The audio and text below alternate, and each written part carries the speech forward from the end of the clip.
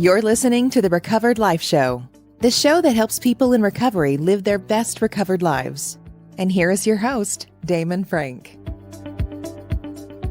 And welcome back to the Recovered Life Show. It is Monday, August 29th, 2022 with Kristina Dennis. How you doing, Kristina? Beautiful. I'm doing great, Damon Frank. How are you? You are not. You hate Mondays, Kristina. I love them. Said that. No. I used to, though. I will confess. I used to. I had that dread. Were you a Monday hater? You were a Monday hater? Well, I had that dread on Sunday, that Sunday dread that, oh, goodness, it's going to start again. Not anymore. Now I look at it as a complete do-over. You know what? I do. I actually like Mondays now because I know we've got the show to look forward to. Yes. Also, not even to mention, it starts off 4 to 5 shows that we've got on Recovered Life Discussions for the podcast on Clubhouse. So if you're not joining us there, guys, jump on. It's, it's good. So I always have something to look forward to on Mondays. I think looking forward to something in recovery is what it's all about. So I was going to say the same thing. The discipline and the schedule that I get to participate through Recovered Life, it is proof you take care of yourself first, like our last show, and then your saw is sharpened and you're able to move on and slay the week. Absolutely. Speaking of taking care of yourself first, I would like to thank our sponsor, which is a product that will help you take care of yourself. This episode of the Recovered Life Show is brought to you by Up a Loop, the active seating stool for people that want to stay moving, stimulate your brain, improve your posture, and increase your core strength today. It's time to get moving. Order your Up a Loop on Amazon or go to www.beyondsmart.com to find out more. That's www.beyondsmart.com. So thank you, Up a Loop, for supporting this episode. That is the coolest thing. I have one, got it intentionally for my son. But when he's at school, mama uses it. And let me tell you, for all of those co-occurring disorder people out there, those little, ADHD, even if you're ADHD adjacent, this will change your life. It's not only a little bit of exercise, but I know the science behind the brain part of it from working with Billy for so long. It absolutely allows me to focus more.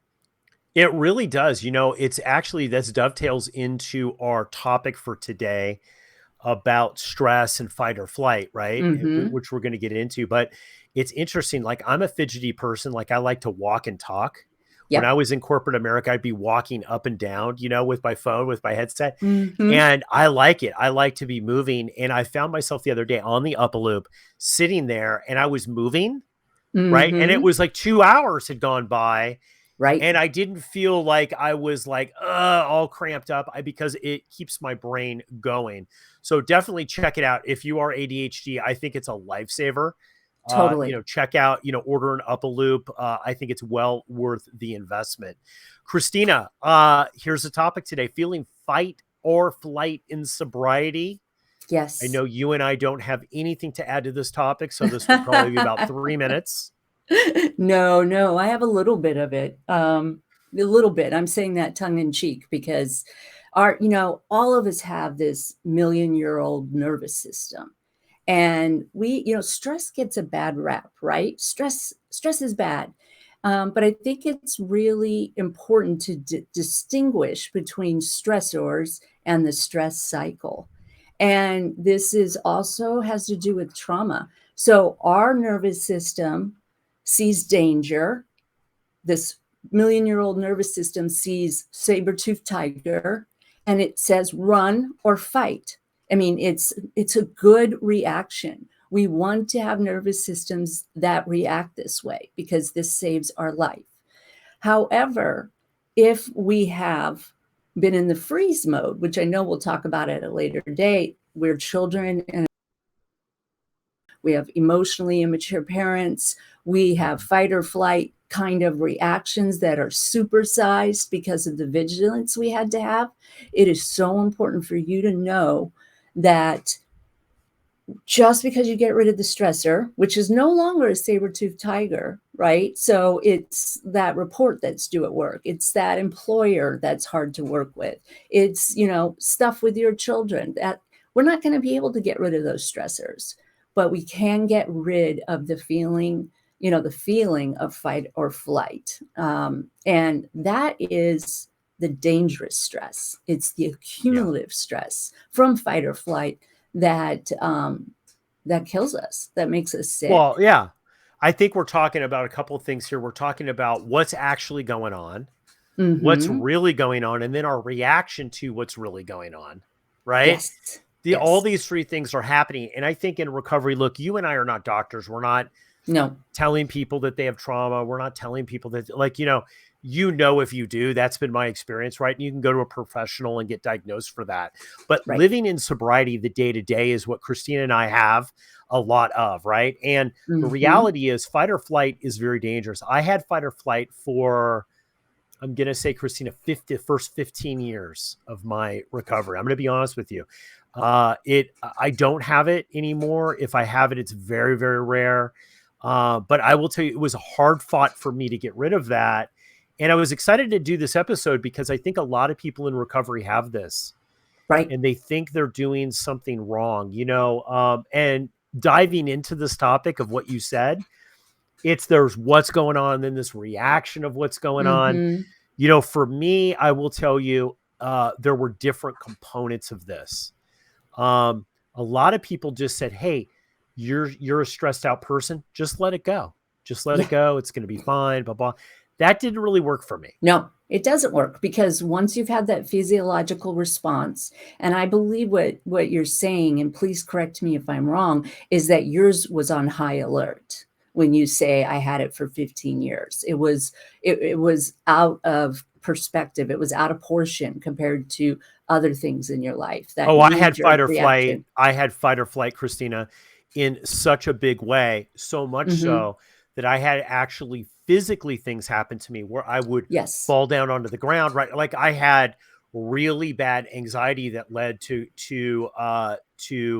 this fight or flight feeling and I'll tell you, I was the opposite of the person who thought that they would have that. I was a high performing, one of these jobs where everything's riding on it. You'd call me in, right? Like that on the outside, people did not see that.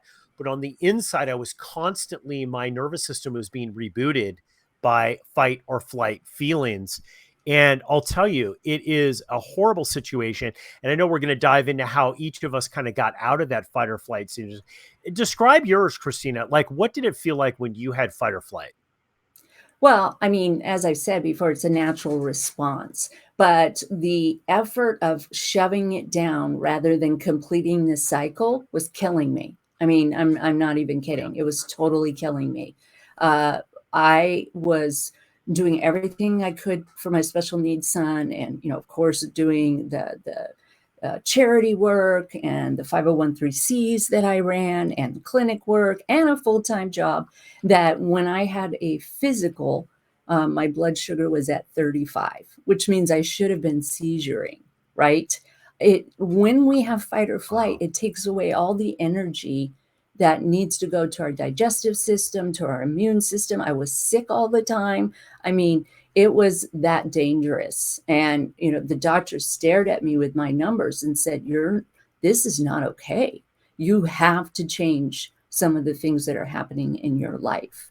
So it's a miserable place. That's what I believe anxiety is unprocessed stress and unprocessed trauma. And, in order to just operate in a day, I had to make some serious changes in my schedule. Yeah. Well, I think there's so many things that are going on with this. And I think, when we talk about anxiety as coaches, we're talking, we're trying to say, listen, there's the physical side of this, right? So there is the physicality. Like, I believe that some people are wired hot. I was one of those people that was just wired hot. Like I was prone to physical anxiety, right? And then there's the mental game. There's kind of what we're thinking and feeling that is going on. And then there's how your coping mechanisms, how you deal with that. So like I took all three of those on separately. I think for some people, a actual being treated for the physical thing that's going on, is essential. I think it helps for some Yes. people, because what I think it allows people to do is it allows people to actually have a break for a second, right? Yes. Just a Yes. break for long enough to be able to say, hey, you know what? I can now use the tools that I'm learning in recovery in which to be able to kind of stop this fight or flight. But sometimes I think physically people have a hard time even getting there because their body Mhm. just kicks in on autopilot. It is. It's so worn out. Your nervous system, your autonomic nervous system that controls fight or flight is so worn out that you no longer have that threshold where you can remember that it isn't a saber-toothed tiger, that you will be okay. I think it's really important for those type of people, and I was one of those people, to seek medical assistance and look at things that could help you in your life. It was impossible for me to do something about my son's physical illness. I couldn't do anything more than I was Yeah. doing. So I needed a little extra help, and I took it. I learned how to sleep more deeply. I learned how to, share my burden. I learned how to ask for help. It was hard, right? To hand over something that I felt like I was the reason why I was keeping him alive. But I Yes. totally agree with you. Sometimes we show up in recovery and we are just, like you said, hot wired, and we need to have those physical breaks. Yeah. Now we're going to talk about, when we come back from the break, after you've dealt with that physical side, right? And you Mhm. realize that, like, is there something going on with you physically that a doctor, somebody who's really qualified that you can sit down and talk to, and, find out if there's any kind of physical intervention that needs to take Right. place, right? What you do after that, on the emotional and sobriety side, we're going to jump into some tips and tricks that Kristina and I have learned. Hard fought, by the way, hard fought. We've Uh-huh. learned these the hard way, about the things that you can do in your recovery if you're dealing with fight or flight. So hold tight. We're going to be back right after this quick break. If you are newly sober, trying to get sober, or you've been sober for decades and are looking to take your sobriety to the next level, the Recovery Breakthrough 6-week transformation concierge coaching program might be right for you. Have Damon Frank and Kristina Dennis build a custom roadmap to get you on the path to getting what you really need. Receive hands-on concierge coaching and stay focused and productive with our daily check-ins. If you're ready to experience your recovery breakthrough and start the journey towards the transformation you deserve, book a free get-to-know-you call today and find out what is possible in your recovery. To find out more about Recovery Breakthrough and to book your free call, go to recoveredlife.us. That's recoveredlife.us.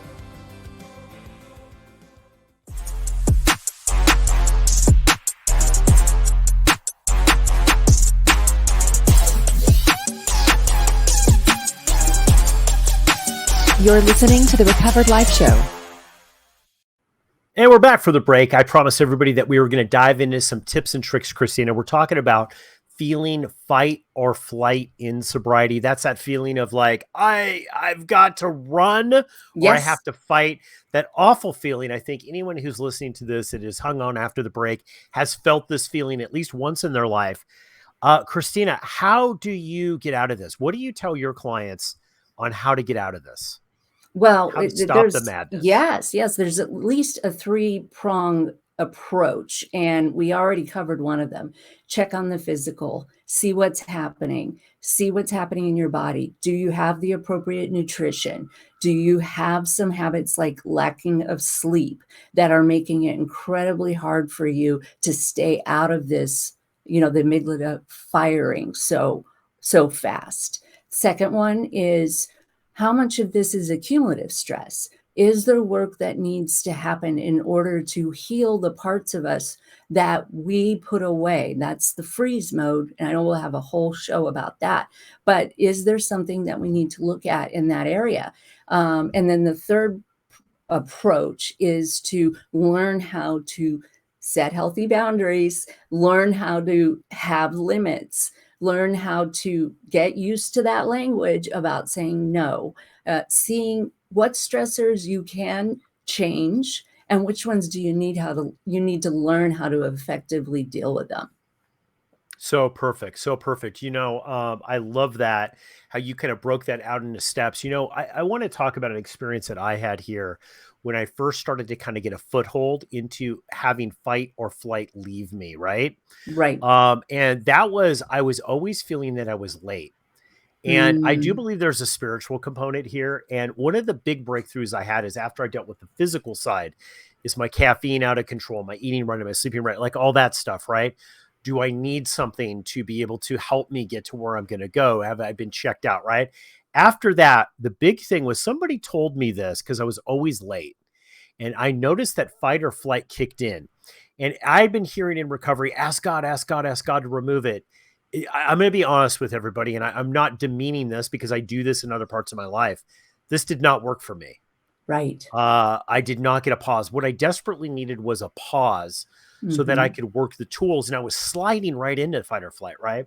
So for me, I used the tool of self-realization. And I had a friend tell me that that being late, choosing the anxiety of being late was a choice. Because Mm, they were like, well, what triggers this? And I'm like, well, when I'm late or I'm feeling behind or I feel like I'm not performing well, I'll get right. fight or flight, right? It will take over. And he goes, well, that's a choice. And I argued that for, literally a month, Kristina. And he was just like, use self-awareness, step back and look at yourself having the feeling. Is it a choice? And you know what? Lo and behold, I have to tell you honestly, feeling rushed and feeling behind was a choice. Hmm. And then when I realized that, when I had that breakthrough, I said, I could choose or not to choose to feel it. Now, I'm going to tell you everything in me, trauma patterns, all that stuff. So I could talk about me, right? Because I know Hmm. me. Well, that was screaming, move into fight or flight, go, go, go, go, go, Right. right? Um, but for me, it gave me just enough crack in the armor, just enough to be able to step in there and start working tools. Hey, this is a choice. I could choose not to be anxious about this, or I could choose to be anxious about this. What choice am I going to make? And I'll tell you, the embarrassing thing is I chose probably for the first 3 weeks, I'm going to be anxious about it, Hmm. until one day I was brave enough to say, I'm going to choose not to be anxious about it. And what happened was the fight or flight started to diminish. And it Mm. was just enough for me to start working the tools that I had learned in sobriety, in 12-step groups and therapy and all that stuff to really be able to activate some change in my life. Wow, I love that. And of course, anxiety can be a state or a trait in somebody, right? And it sounds like you were in the state phase of it. It was part of your entire life. And what you Yes, shared reminds me of learning the difference between reacting and responding. And there is a big difference. Reaction without some of the forethought, without some of the good self-work, without having conversations with your mentor that says you're making this, you're choosing this, is the knee-jerk reaction. But after that knee-jerk reaction, we can respond a little differently until responding is actually our first line of action. absolutely. Me personally, I'm just going to tell you, this show is more about, Christina, we talk about coaching, we talk about some of the situations, but really the show is really, these shows are Mhm. specifically about our experience, Right. because people come to us specifically for coaching because of our experience.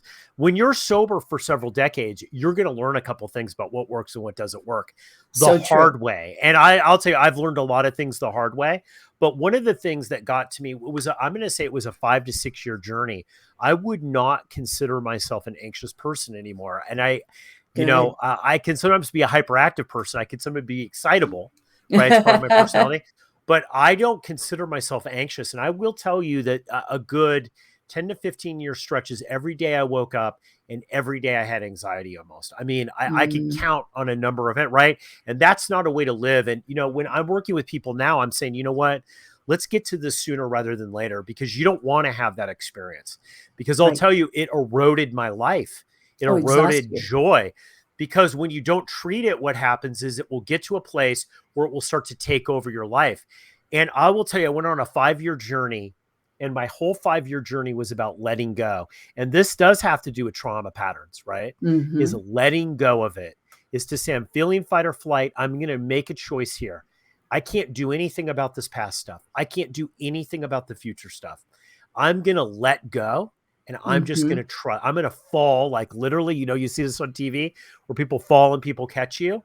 Yes. Whether I'm catched or not, whether God intervenes or not, I am just going to fall into the abyss and let go of this. And it took me 5 years, step by step, little grain of sand by little grain of sand. And I woke up one day, not an anxious person anymore. Right. You trained your mind, your brain, to receive the information and go to the next set of neuropathways, because this first one has so much practice, right? So our brains are lazy. They like to do the same things that they've always done. If you're in fight or flight, the brain is fired up with an 8-lane highway to negativity, and to choose to take the other road of acceptance and, activities that we can do to take care of. Yeah, I think, one of the things, Kristina, and we apologize, guys, we've been having a little bit of technical issues on the show today with some internet stuff, so we do apologize. But as Kristina comes back here, what I want to say is just to chime in on that, is what you're saying is this NLP, this neuro-logistic programming. I've been a big fan of NLP, Kristina. I know you are too as well. We have a whole show, Recovered Life Discussion, on rewiring your brain. Talk to us a little bit about that, because I want to hear your thoughts on how you've used these kind of, I'm just going to call them NLP techniques, right, to rewire your normal gut instinct response to stuff. Well, I mean, it absolutely is the idea of being flexible. Byron Katie has that wonderful 4-set question: is it true? And it's the idea of staying and within this flexibility and training my brain to look for other options and other interpretations of what is happening to me, and to remind myself that was then, this is now, and in this very moment, I am okay. Thank you for sharing, but no thank you. I'm still driving the car. So great. So great. Kristina, I think that was a huge early breakthrough. I call this in coaching right here, right now. That's the technique I have. Right here, right now, I have a place to sleep. Right here, right now, I've eaten. Right here, right now, I have people that love me in my life. Right here, right now, I'm safe. Yes. Right here, right now, I have more than enough.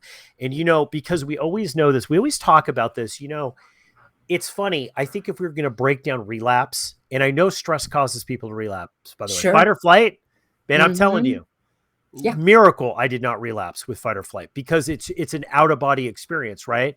But I will tell you, so much of staying sober long-term is being in the here and now. Look, I've never heard anybody relapse that says that they were in the present moment. Yes. They were always in the past. Yes. In a resentment. I'm so mad at that person. Why did they do that? Why isn't my life the way it's supposed to be? Or they were future tripping.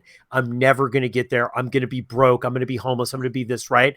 So they're in the past or the present, not the future. And we know that in the here and now, we're safe for the most part, right? And I use this right here, right now, right? It's so powerful. And people look past, and I understand it, Kristina. I was one of those people. It's like, seriously? You're going to tell me something as simple as right here, right now is going to work.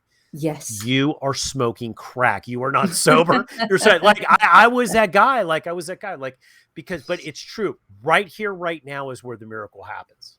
Yeah. And if it isn't okay right here, right now, then fight or flight is an appropriate response, right? Correct. Yes. Yes. If it is okay, Yes. if it's not okay right now, you want to. So my point is that we make friends with the information that's coming from us. We listen to it, we understand it, we interpret it, we figure out alternative options based on what our body is telling us, and then we move forward. I love that. And I know it's annoying to hear that, but I don't have one situation in my life that is not going to help. Oh, absolutely. You know what? And Kristina, somebody told me very early on, if a wild pack of coyotes are chasing you down the street and you're bleeding and you're running into an alley and it's a dead end, that fight or flight you've got going on, that's totally appropriate. Yes. Right? Like you said. But if that's not the case, maybe you should step back a little bit and talk about this inner dialogue that's going on with you. Is this really needed and appropriate for the time that we have right now? And if you can get that little crack, just that little opening, that's really what it's all about, in my opinion. To end with that, it's that if you can get that little chink in the armor to realize that this fight or flight isn't as big and isn't as controlling as it says it is to you. Right. That's where the miracle is going to start to happen. If you practice the things that we're talking about and other people have, I really do believe that if you're listening to this and you have fight or flight, you're going to get there. You are. Make sure you bring people on your team. Make sure that you don't do it alone, because we only know what we know. And this is how you can continue to grow. Absolutely. And growth is what it's all about, guys. We hope you enjoyed this episode of the Recovered Life Show. We'd like to invite everybody to go to recoveredlife.us. Check it out. Guys, become a member. We've got a ton of exclusive content. We've got this whole ADHD thing going on. Kristina, talk about fight or flight. A lot of people with ADHD have fight or flight. They get confused, shut down. Sure. We have got a ton of content that's coming up about that, so hold tight. But you can get everything, all this special stuff, by going to recoveredlife.us, becoming a member. It's totally for free, and you're going to be able to connect. Within the first 5 minutes of you signing up, we're going to give you an invite to connect with Kristina and I personally to get free access to coaching on Volley, which is so cool. So sign up, guys. Go to recoveredlife.us. Kristina, final thoughts about fight or flight in sobriety. It is a mechanism that's designed to save your life, not rule your life. Oh, love that. Love that. Guys, this has been a great show. Monday, August 29, 2022. This episode is in the can. Everybody go out and live your best recovered life. We'll see you soon. Bye. Keep the conversation going. Join Recovered Life, a community of like-minded people who are looking to live their best recovered lives. Membership is free, and you can apply at recoveredlife.us.